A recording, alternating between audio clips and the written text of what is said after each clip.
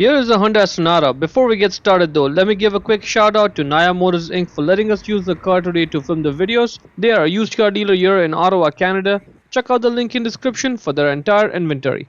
Now let's go ahead and pop the trunk. The bulb is right over there. The way to access it is we have to get this flap open. So twist that lock. Once it's in the vertical position, the flap is loose.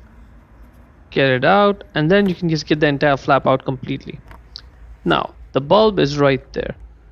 There's one with the orange bulb holder. Just grab it and twist it left to loosen it. That's it. Now it's loose. Now just grab it, and you may have to wiggle this a little bit before you can get it out.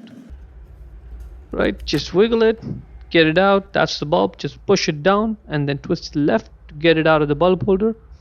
Push it down, twist it left, and out it comes. The bulb size is right there on it. That is 2357. Again, 2357. That's what you need to get. Put the bulb holder back in, and if you're struggling to push it down, just wait, take it out, turn it around, and now push it down.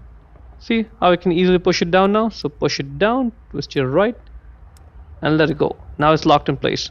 Now when you put the bulb holder back in the light, you may have to wiggle this, twist it and turn it a little bit before it just drops in like this. So just be patient with it. Right? Yeah, now see, now it's in place. At this point, just twist your right a little bit to lock it in place. And that's about it. Now let's just go ahead and put the flap back in. Put the rear part, like the inside part, in first. Once all the wings of that flap are in, just twist that lock in position. Just twist that lock, and that's pretty much it. Now it's secured in place. See how easy the process was? Hope you found it useful.